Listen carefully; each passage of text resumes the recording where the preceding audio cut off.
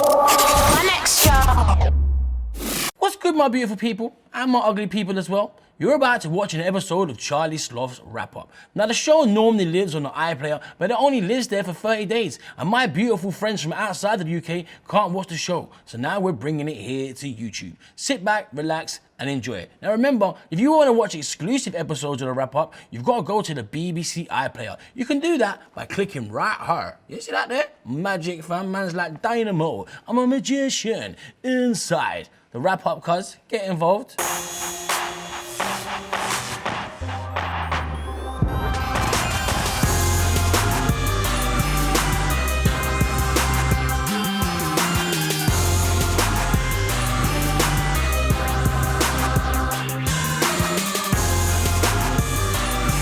Welcome to another amazing episode of Charlie Sloth's Wrap Up, your weekly dose of everything that's popping in the world of hip hop, rap, and grime. Oosh. What a week it's been this week in the world of UK music. Man like Craig David dropped a brand new record featuring Big Nasty, When the Bass Line Drops. Feel a bad girl like a sandwich. 2 bottles and we still standing. Big shout goes out to Western as well for knocking Adele off the #1 spot in the midweek charts. And remember, they done an exclusive acoustic performance backstage at One Extra Live of that record. And guess who played it first? Was it me? Did I play that first? I don't think it was, but I'll take the credit anyway. Who's gonna argue with me? In other news, Rita Ora has teamed up with Section Boys for a brand new record called We Don't Ramp. I heard a little rumor through the grapevine that she's dating a member of the Section Boys. I ain't gonna say no more, but slick, don't know, cuz. Today on the show, we've got an exclusive interview with Yelawolf and a live performance from Frisco. But first, let's check in with this week's in-house producer who goes by the name of Kean. 10 years old, fam. Madness. So right now we have a real special guest, the youngest person to ever feature on Charlie Sloth's Wrap Up. We have Kean. What's going on, bro? 10 years old, yeah? Yeah. So how long have you been producing for, bro? 3 years. 3 years. So you started producing when you were 7. That's crazy. And what records have you been responsible for? Swiss's Man Like King. Now, what made you want to start producing? From a young age, my mum and dad would record in the studio and I would be on my mum's back. So I would be moving to the music like this. And I started loving music. So when you get older, what do you want to do? I want to continue my music and be really successful. Imagine Kanye West, Jay-Z, Eminem, Dizzy Rascal, and Stormzy. And you had to pick one person to work with. Who would you pick to work with? Maybe Jay-Z. Jay-Z? Oh gosh. Now you got 3 records to play me today, yeah? What's the first record called? King. King.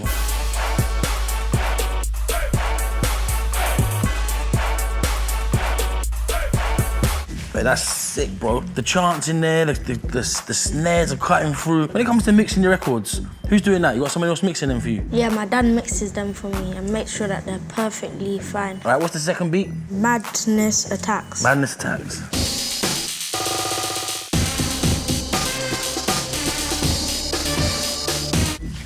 I'm loving that, bro. The old breakbeat loop in there, the synths, that's sick. What's number 3? Out of This World. What, is it really out of this world, though? Yeah? All right.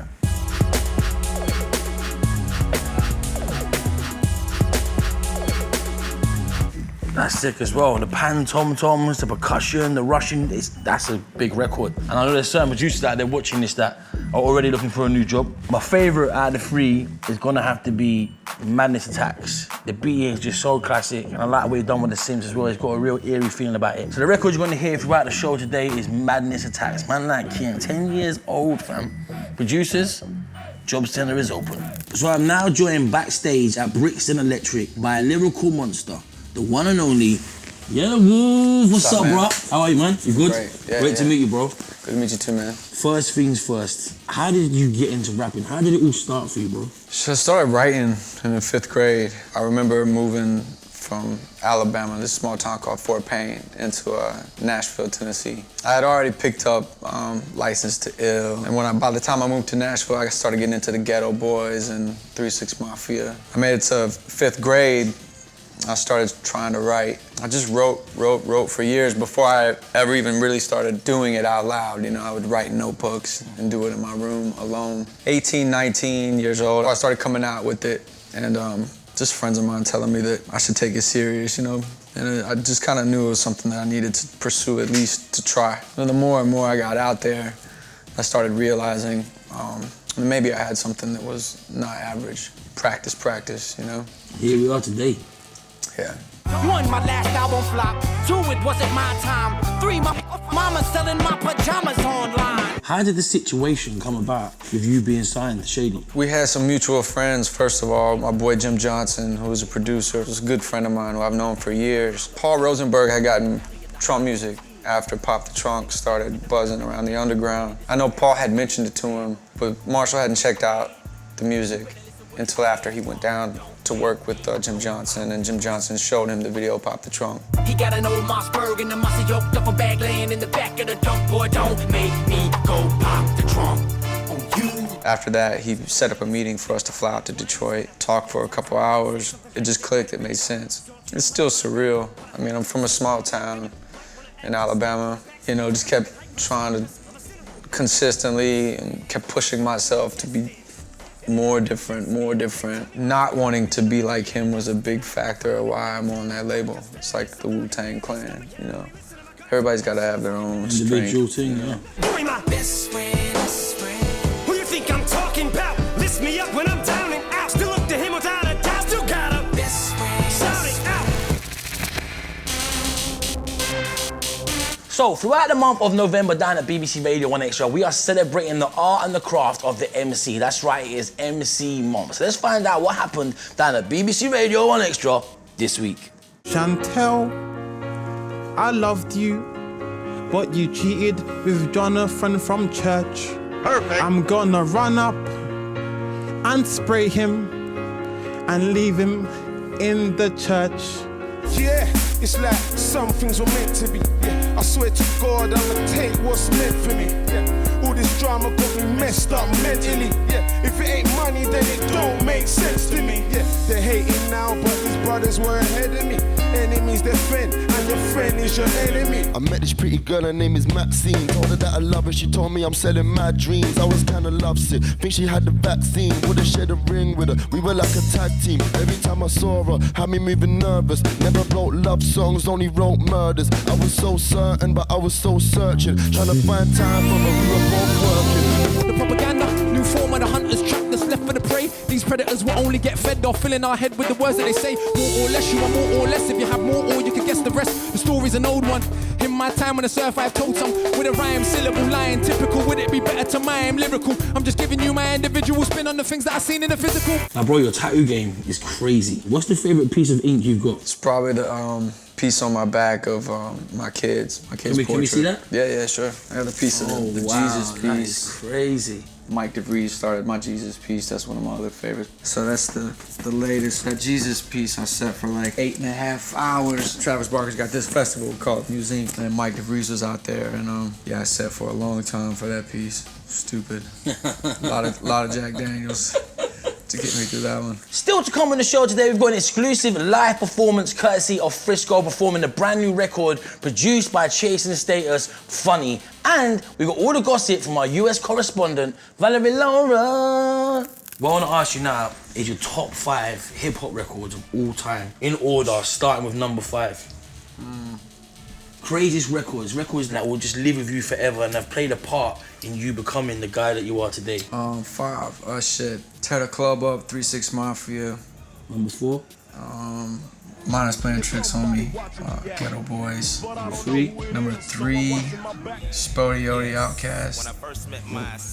Number 2. 93 Till, Souls of Mischief. Number 1 today was A Good Day, Ice Cube. Oh my gosh, what a great record, bro. Yeah. Wow, that's one of my favorite all-time. It was the first record that I made myself learn front to back, you know. And the video as well. Yeah. Classic.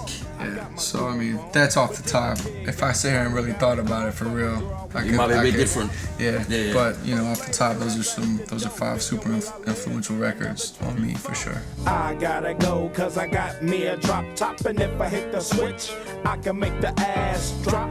Had to stop at a red light, looking in my mirror, not a jacker in sight.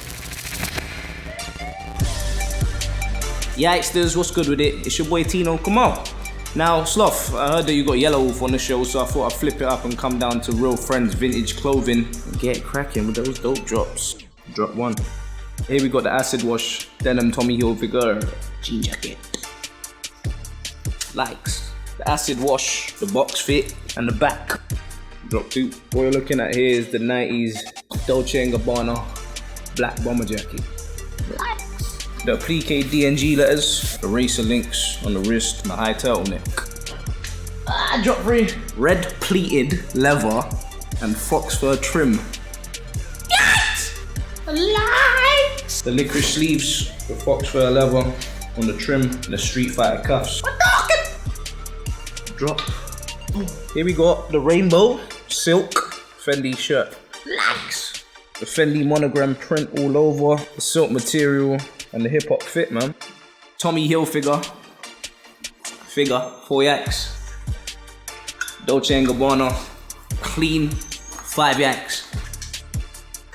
Look at the flick of the wrist 5X. Fendi Skittles, don't know what it is, 5X, get out of it. You've had a real great career so far, bro. I want you to pick out like one defining moment. Now, every time you think about it, the hair stand up on the back of your neck, you get goosebumps. It makes you feel a certain way. It's that one moment in your career that's gonna live with you forever. When this is all gone, your children have grown up. What's that one moment you're gonna be most proud of? I found a demo tape of Eminem's maybe 10 years before I met him.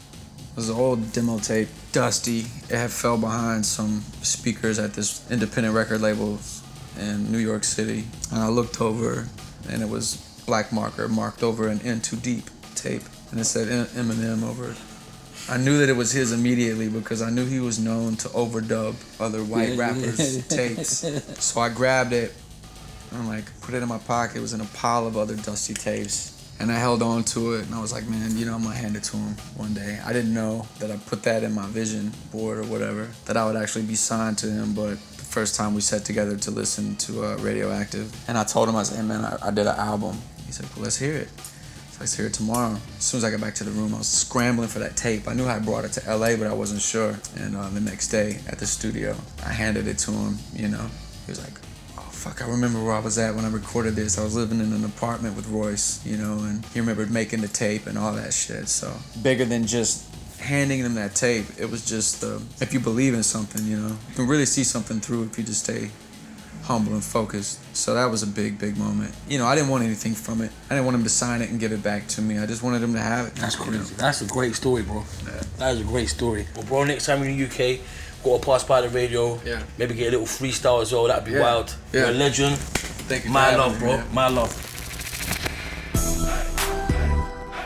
Hey Charlie, it's Valerie Lora here with all this week's gossip from New York City. Pusha T is now the new president of Kanye West's Good Music label. So a few weeks back, we confirmed that Lil Durk and Yelawolf were an item. And it was only a matter of time before they dropped a collaboration. Here's a snippet of them serenading one another on My Beyonce. Durk and Dage, I'm thinking about changing my last name.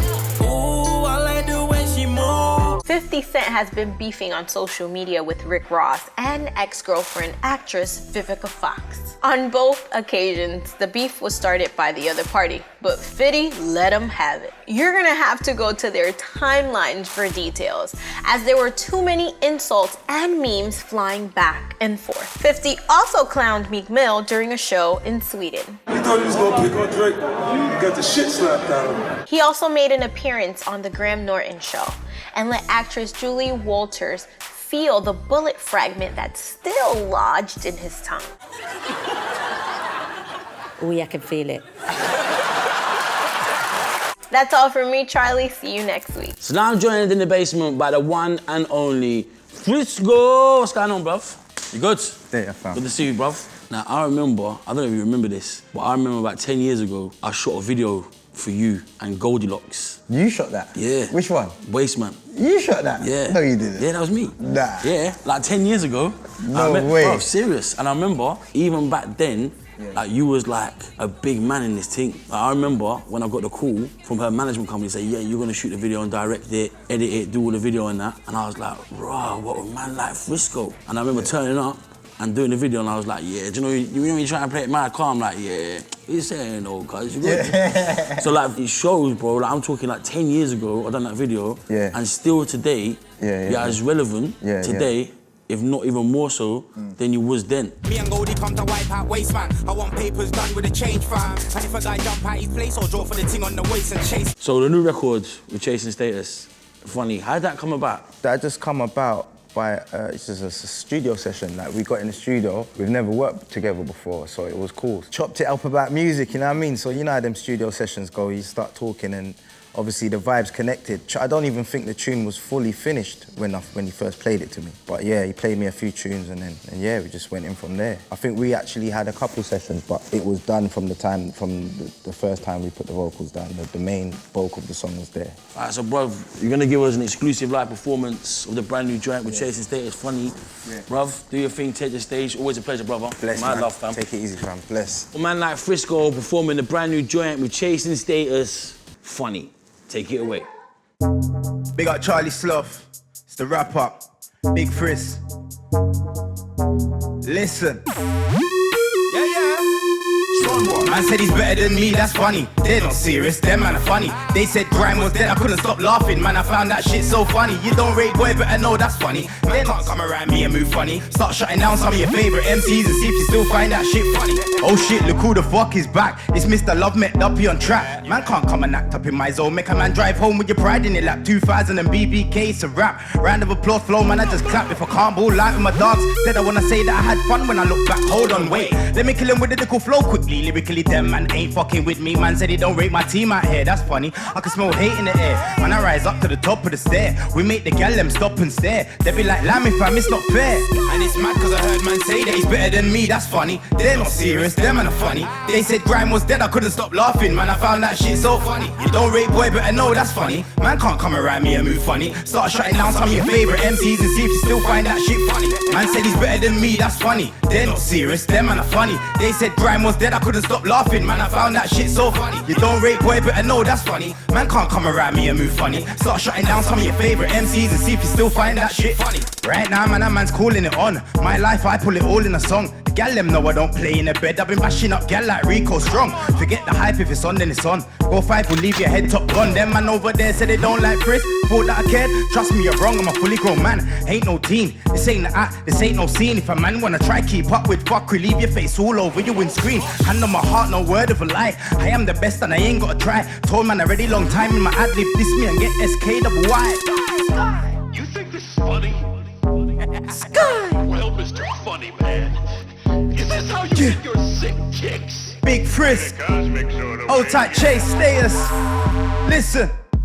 Man said he's better than me, that's funny. They're not serious, them man are funny. They said grime was dead, I couldn't stop laughing. Man, I found that shit so funny. You don't rate boy, but I know that's funny. Man can't come around me and move funny. Start shutting down some of your favorite MCs and see if you still find that shit funny. Man said he's better than me, that's funny. They're not serious, them man are funny. They said grime was dead, I couldn't stop laughing. Man, I found that shit so funny. You don't rate boy, but I know that's funny. Man can't come around me and move funny. Start shutting down some of your favorite MCs and see if you still find that shit funny.